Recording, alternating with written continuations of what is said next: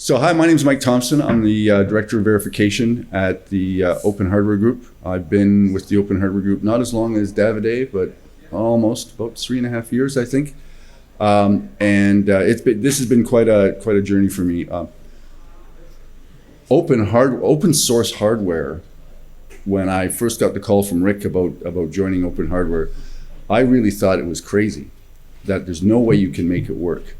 And several of my colleagues told me the same thing, but I took a chance. Here I am. 3.5 years later, it works. And I'm going to basically walk you through how we do it. So Mario's given you a really great introduction to what CORE-V-VERIF is. I'm actually going to talk to you about using CORE-V-VERIF. You can use CORE-V-VERIF to contribute to open hardware projects, if you want to help us with the verification of open hardware projects, or you can use CORE-V-VERIF on your own core.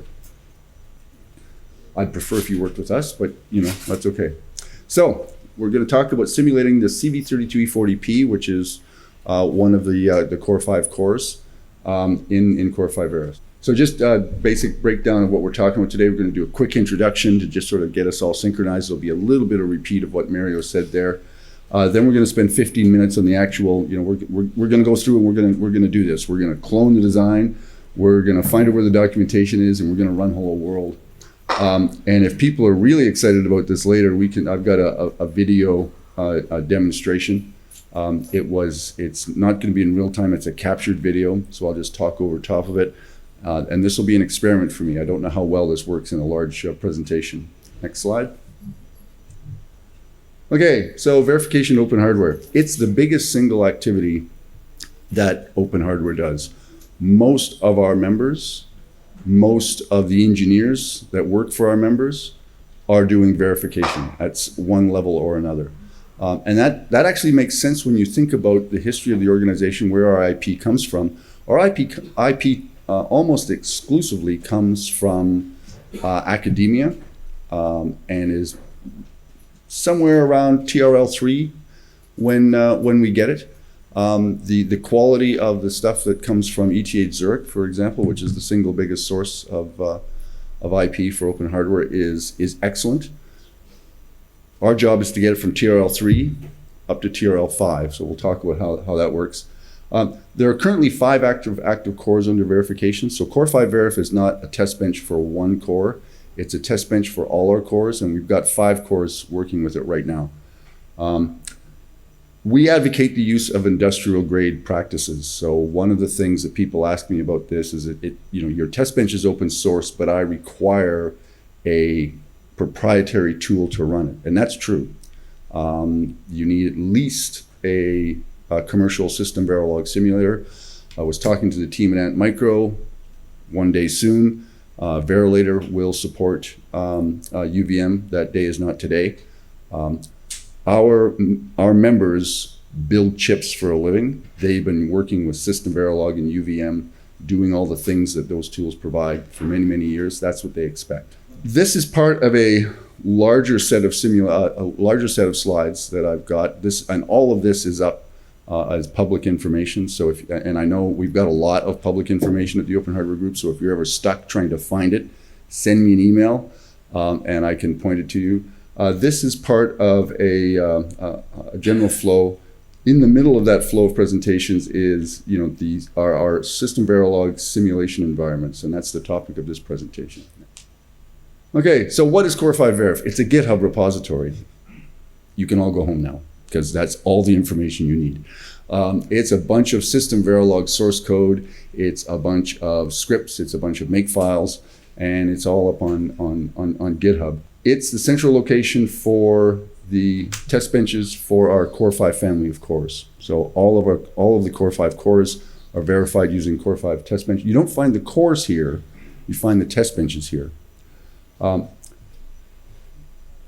If you go to GitHub right now, and if you Google Open Hardware Core-V-VERIF GitHub, you'll land here eventually. First thing you'll look at is you'll notice that there's the names of a bunch of cores that we all talk about. That's where the core specific stuff lives, and I'll be talking about that in a second. So we've got the CV32E40P, V1 and V2, the E40X, the E40S, the CV32A60X, and the E20. They're all there. They're all in active verification right now. So what's in it, other than some directories for some core-specific test bench utilities? What is in CORE-V-VERIF? Well, there's a bunch of things. First thing that's in there is, and I like to point this out, DV plans.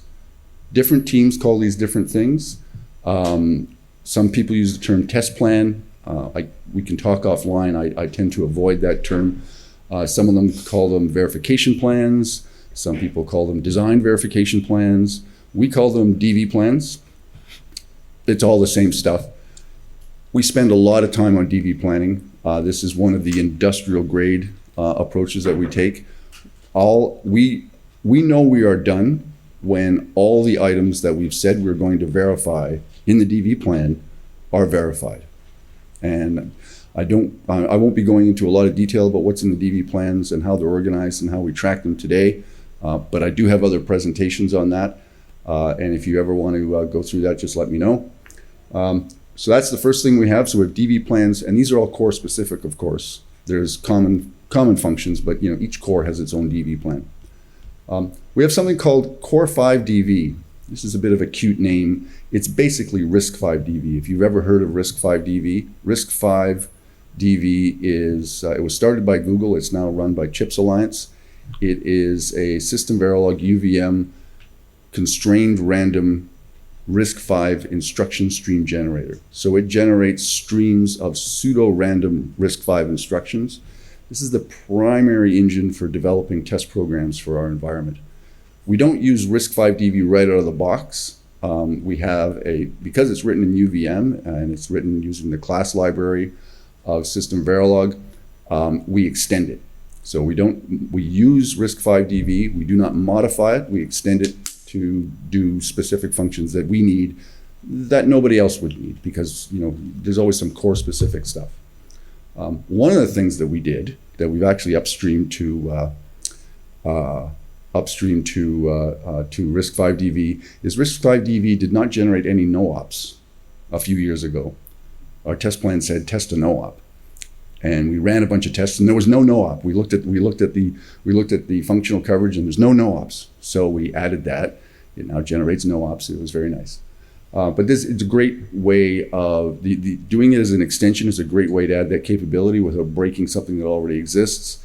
And the team at CHIPS Alliance was very grateful to accept our pull request. It was fine. Then we have a library of UVM agents for things like memories and the debug controller and interrupt controller. We have UVM agents for something called RVFI, which is a quasi-standard tracer interface that we use on all of our cores. Then some of our cores have a specific interface to control the code, like Davide was talking about, that fetch enable. We lump that into the core control agent. Something that I think anybody on Earth can use, and anybody on Earth would get value out of, is called ISACOV. This is a functional coverage model for the RISC-V ISA. We are adding more instruction extensions to it all the time. All of the cores use this. This is a primary method of coverage. It's all written, this is all functional coverage written in System Verilog, and it's generic enough that it can be used by anybody in any test bench. You should use it in CORE-V-VERIF, but you don't have to. And we also make use of commercial and open source reference models. Mario was talking a bit about that. Okay, so how does this work? If you've been involved in open source software for any length of time, you can fall asleep for this slide because this is all old hat for you. If you've been involved in open hardware, open source design, this is probably old hat for you. But a lot of people ask me, well, how does this work? How do you get people that are not in the same city, not even in the same continent, all working together to do work? I'm trying to describe that in one slide. So we have several things here that are important. The center of our universe is GitHub. That's where all the code is. That's where all the code comes from. That's where all the code goes to. That's where all the issues are. That's where all the pull requests are. So that's the center of our universe.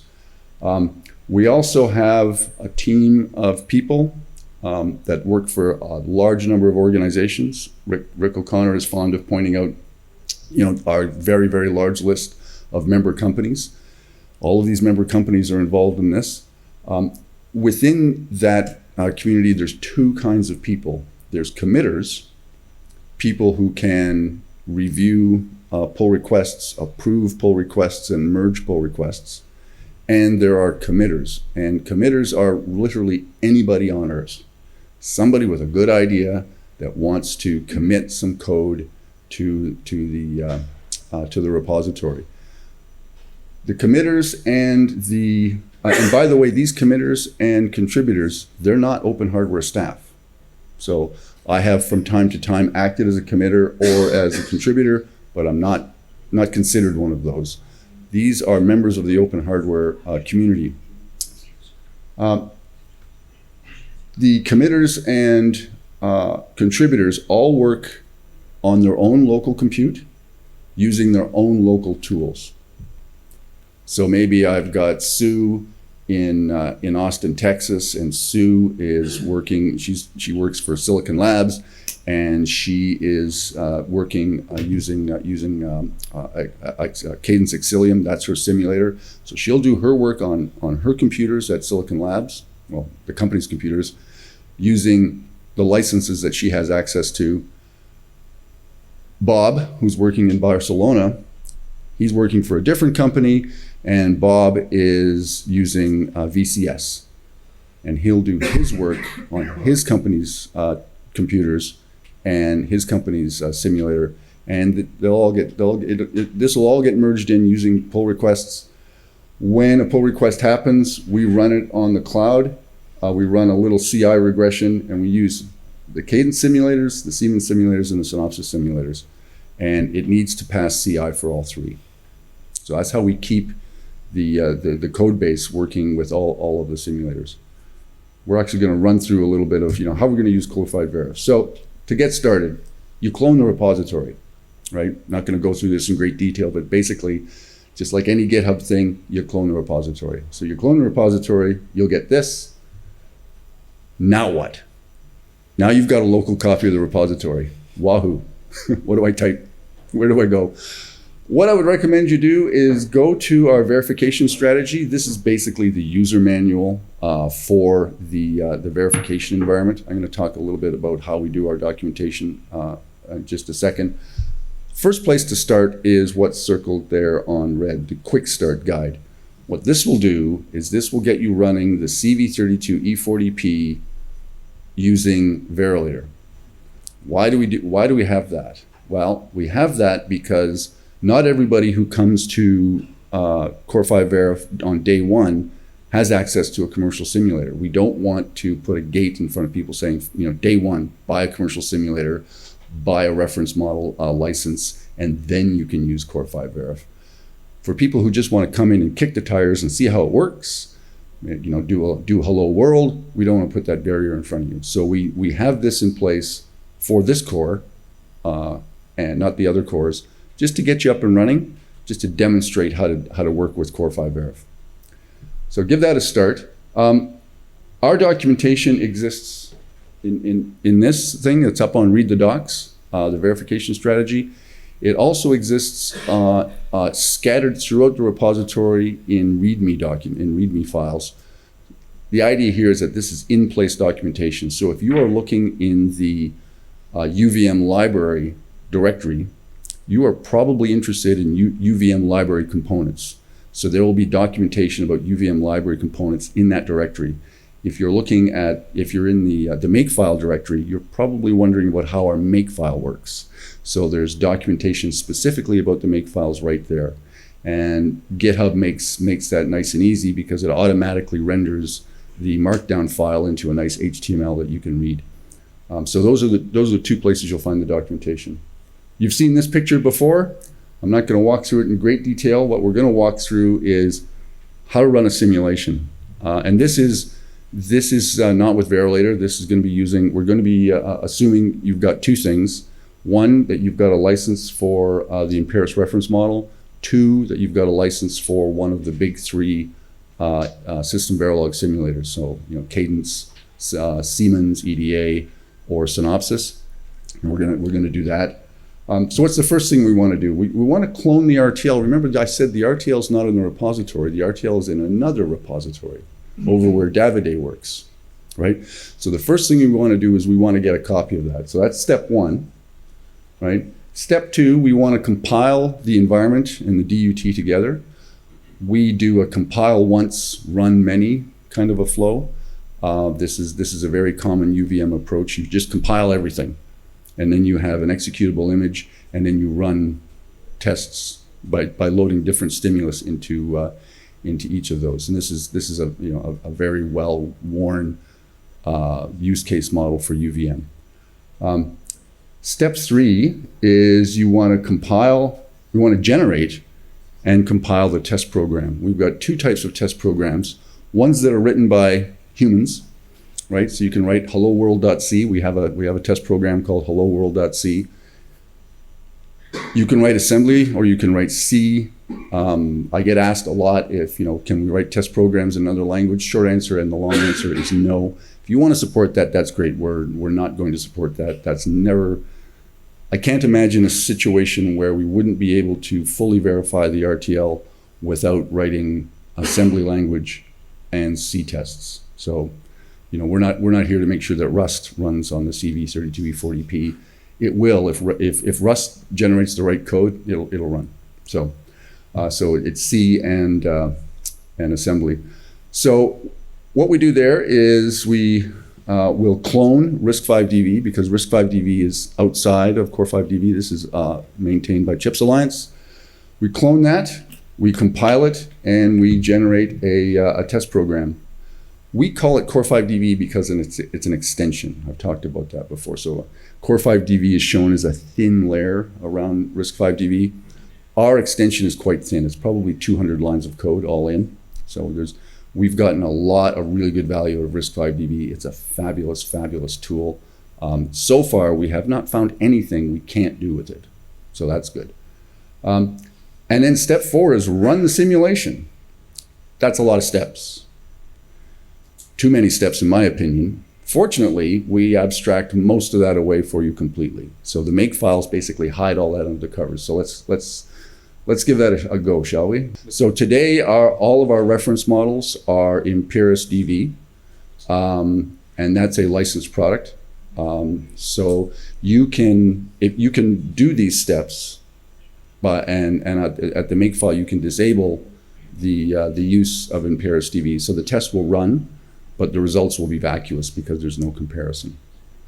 We are actively working now to bring in Spike as a reference model into the CVA6 environment. If that's successful, we will probably propagate that to the embedded cores as well. Yeah.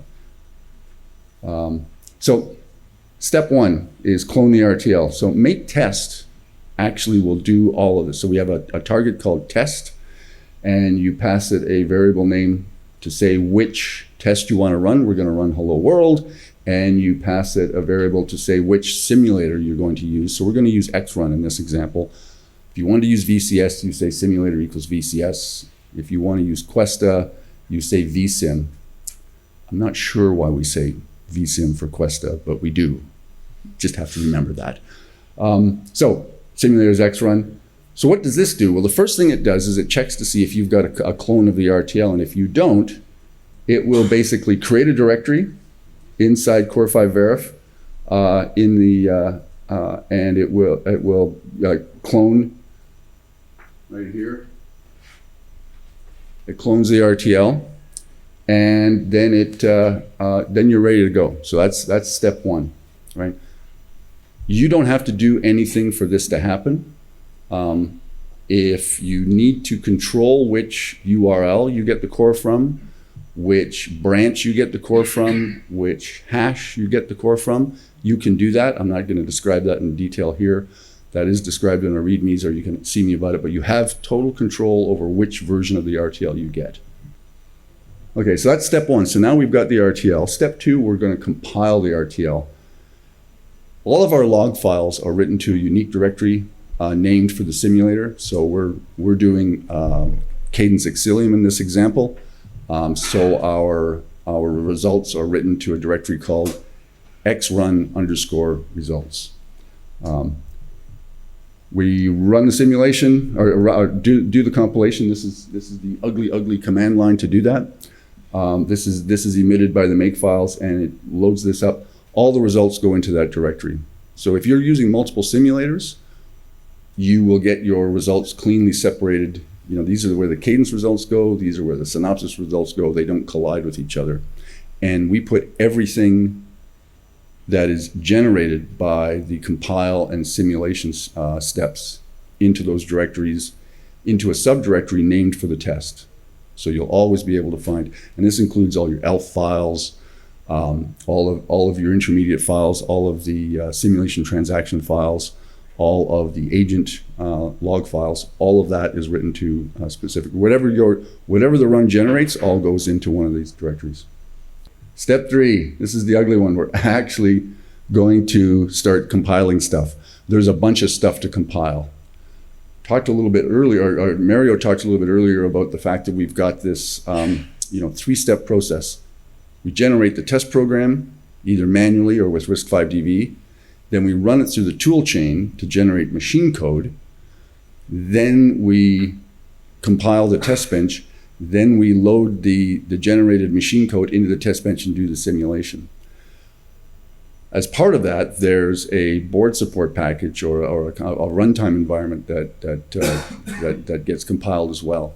So when when the things start compiling, right, we do an xrun, then we compile the BSP. This is the thing that basically says, where's the start of the test program, where's the end of the test program. We have a number of peripherals, virtual peripherals that are built into our test bench. What's the addresses for those? What's the memory map? We have a very, very, very, very thin runtime library that allows us to use printf, but that's about all it does. But all of that's in the BSP. Most people ignore the BSP. They don't need to worry about the BSP. Most test writers can safely ignore that, but it's important for the compilation. Then we go off and compile the actual test program. And here, last but not least, we generate from the ELF file, we generate the hex file that is used by System Verilog. You don't have to type any of this down. This is what happens when you type make test. Okay, we run the simulation, finally. It's only about a few minutes from make test to this part, but this is the fun part. Remember, we've run hello world. And our hello world does more than just say hello world. It's a very, very simple test program, but it actually does something meaningful. It reads 3 CSRs looking for some very specific information. If it doesn't find those CSRs and it doesn't find those the information in the right place, that will generate a failure. We do this for a couple of reasons. Number one, I hate test programs that do nothing. Number two, that pass-fail indication for reading the CSRs does not rely on the reference model.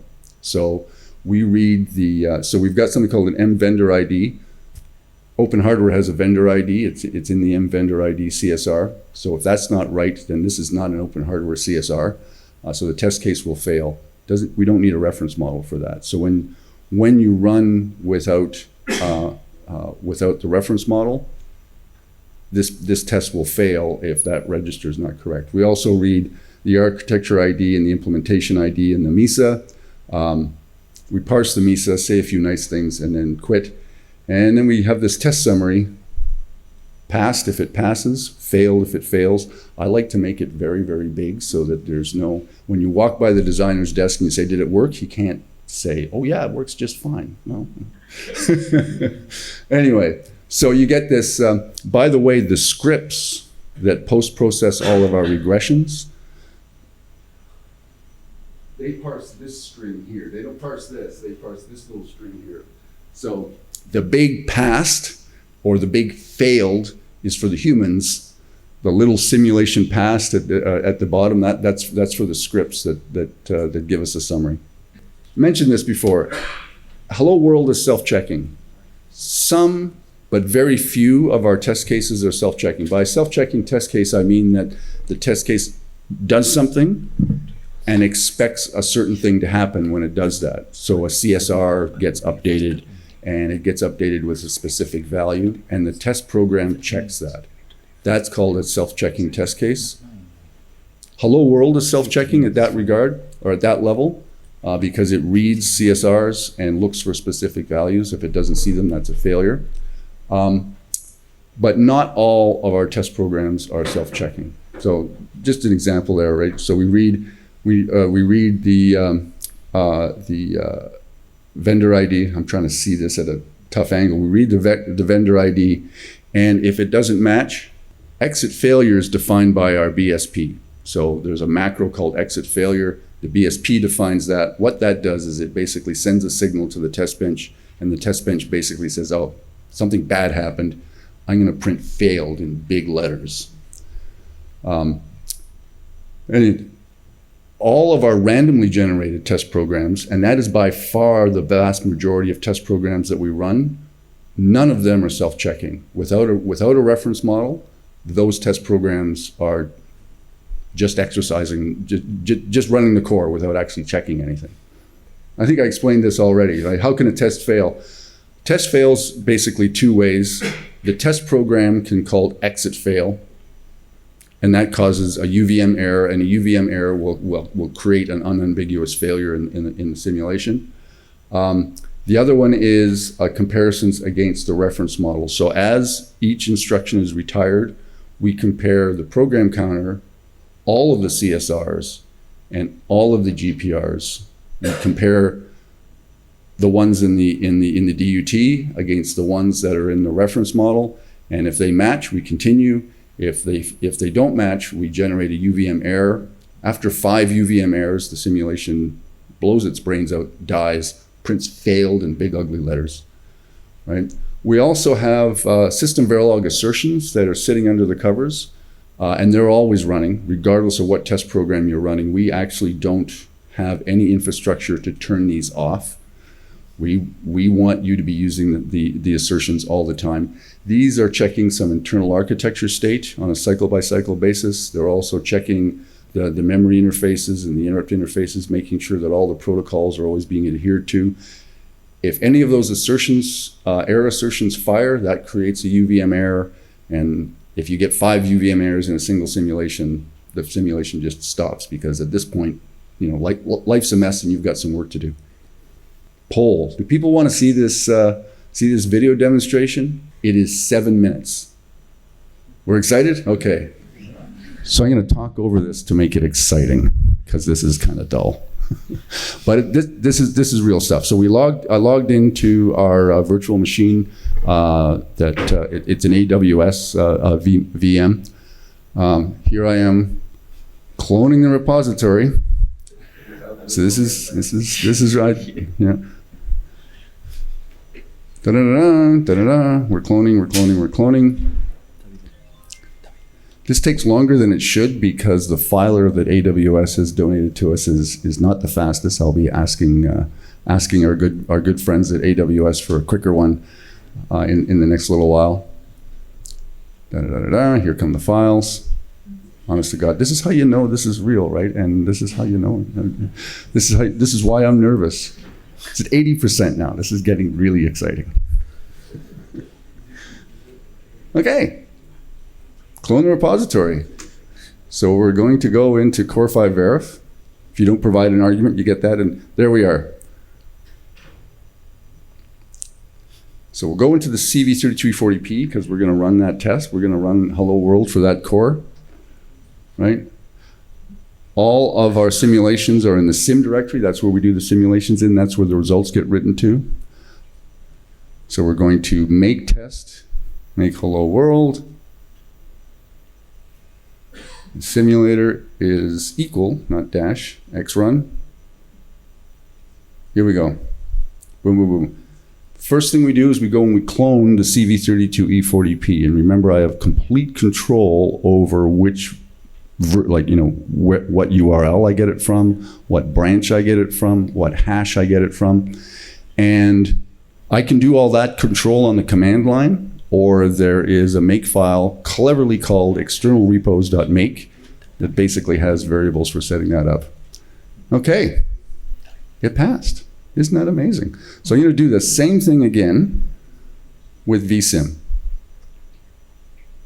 Ba-dum-bum-bum. Now you're gonna see something from for vsim that's very, very interesting. vsim is a lot more picky about compile rules, and the results are everything out of vsim has a hash in column 0. I don't know why. That's what they do, but the simulation passed. What we're going to do now is we're going to run a random simulation. Right, so this is where we're using CORE-V-VERIF to run the simulation. So we go make CORE-V-VERIF simulator equals X run. What that does, and this is a one-time thing, this goes and gets RISC-V from the Chips Alliance website, clones it, compiles it. So that's a one-time thing that you need to do. And this one is really slow because CORE-V-VERIF, RISC-V has 3 implementations. One implementation is a system Verilog UVM implementation. The other implementation, oh, look at this, it's going faster than I thought. Oh, look at this, very good. I had this spiel worked out. Thank you, Mario, that's great. Okay, so we probably skipped over the next command, which was here we go. So we're gonna go, make gen CORE-V. DV. So here we're going to make a test with CORE-V-VERIF. Test equals, everything's got a great name. If you've ever used RISC-V you'll recognize this. CORE-V-VERIF random jump stress test. This generates a bunch of jumps. So we're going to get a test program, probably about 10,000 lines or 10,000 statements in assembler, and we're going to be jumping all over the place. Just a question. Yeah.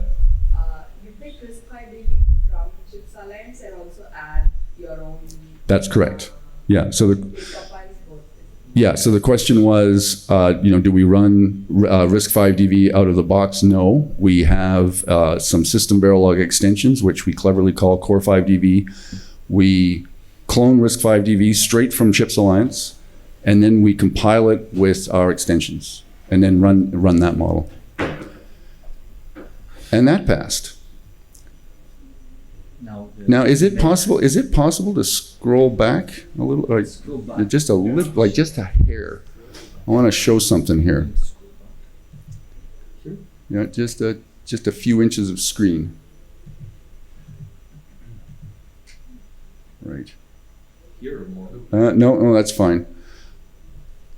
You'll have to take my word for it. You can this is online. You can go get it, or even better, you could run it on your own site. The big distinction between Hello World, which was written by me, and that random jump test, which was written by RISC-V is humans like to use C, so it's a C. Hello World is a C program. Humans also like printf, right? So the printf is like, hello world, this is the CV32E40P, the vendor ID is blah, blah, blah, blah, blah. You don't get any of that out of RISC-V. RISC-V is a machine, doesn't generate anything in C, doesn't use printf. So when you run it, nothing happens. It just sits there, sits there, sits there. Instructions are running under the hood. It's all good. And every time an instruction is retired, it is being checked. The program counter is checked, the CSRs are checked, the GPRs are checked. But nobody says anything about it until the very end where it pops out passed. Some people are not very satisfied with that. All I can say is 2 things. Number 1, functional coverage is your friend, because after the simulation run, you're going to have in the results directory, you're going to have the coverage results. Take a look at the coverage results and see what instructions were generated. Number 2, we turned it off for this, but we do have the option to turn on a bunch of messaging. So the test bench will basically say things like, yes, I am running and every 10,000 instructions, it will say, I compared 10,000 instructions, everything's fine. So if you need that level of support emotionally, CORE-V-VERIF is there for you. But sometimes, I mean, some people go off and they create, like a 10 million instruction simulation without turning on the comfort messaging, and nothing happens for a long time. So if you're going to generate a test program with a lot of instructions, turn on the comfort measuring just so that you can see, every 100,000 instructions, you want to see something saying, yep, still running, yep, still running.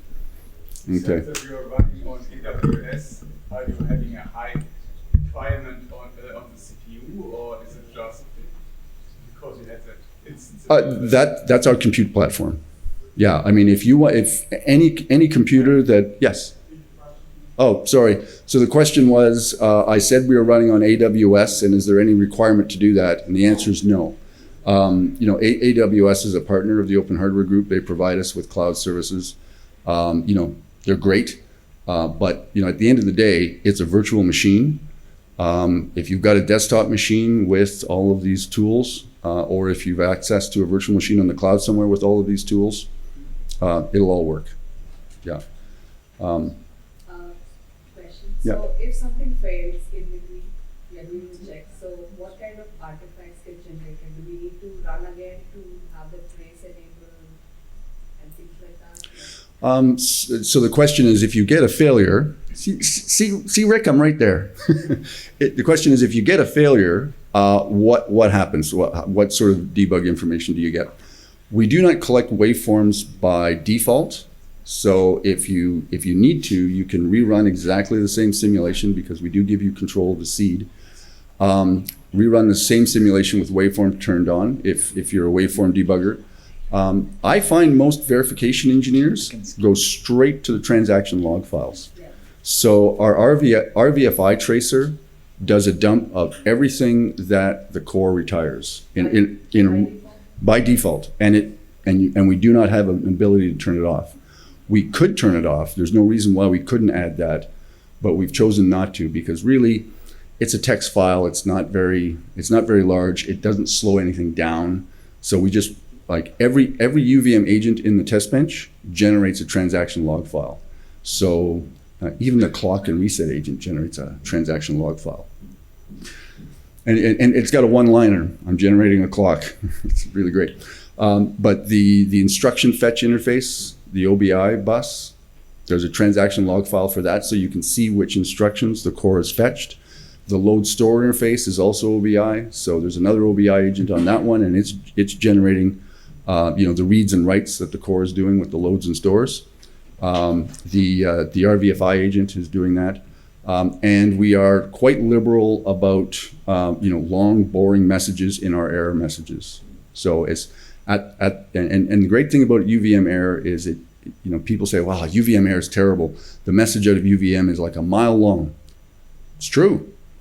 It's UVM, so you can shorten that if you want to, but don't, because all that information is going to be the same information that you want when you're debugging a problem. It tells you what time something happened. It tells you what module it's in, like what module found this problem. What's the file name for that, that module? So you can go right to the code that is complaining about the error. However, every now and then, more often than not, you're going to have to run waves, and you just run the simulation again with waves turned on. What about the instruction trace alone, like that Oh, the instruction trace is part. The instruction trace from us comes from the RVFI. Yeah. That was a good question. Thank you. Okay. That went better than I feared. Thank you very much for your patience.